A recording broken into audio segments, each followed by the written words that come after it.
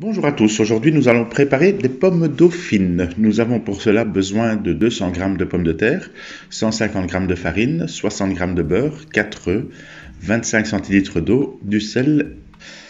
Alors, nous allons commencer par faire la pâte à choux.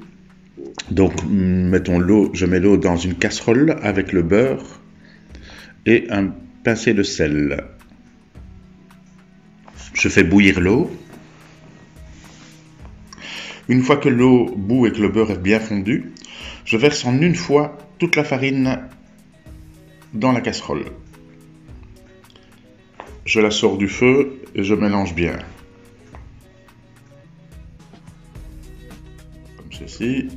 Je sors la casserole du feu et je mélange. Vous allez voir, ça va faire une pâte bien épaisse. Il faut que la pâte se décolle des bords de la casserole. Si ce n'est pas le cas, vous remettez un peu sur le feu et vous mélangez bien pour faire bien sécher jusqu'à ce qu'il n'y ait plus de farine sur les bords de la casserole. C'est là votre pâte à choux.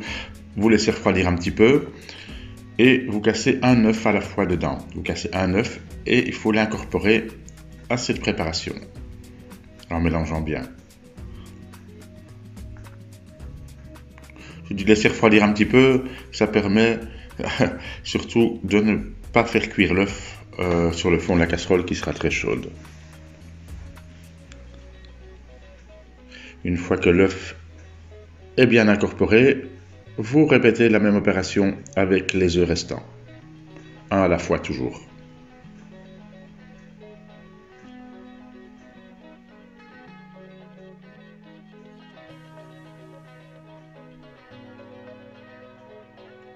Il faut vraiment que chaque œuf soit bien incorporé avant de mettre le suivant.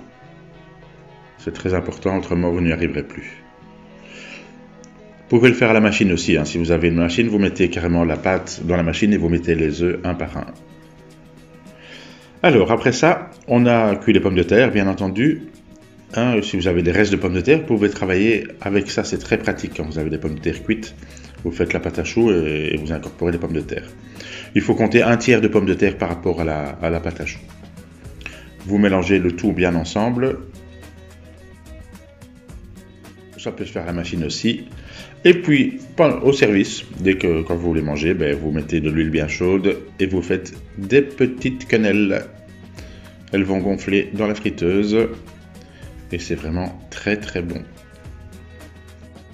Vous pouvez aussi travailler avec une pince à glace pour faire les quenelles. Si vous avez une petite pince à glace, le mieux. La mienne est trop grosse, ça fait des trop grosses boulettes.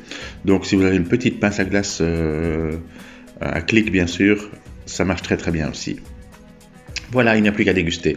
N'oubliez pas, pour d'autres recettes, de vous abonner à ma chaîne YouTube en cliquant sur mon logo qui se trouve juste ici au-dessus. Bonne journée et bon appétit!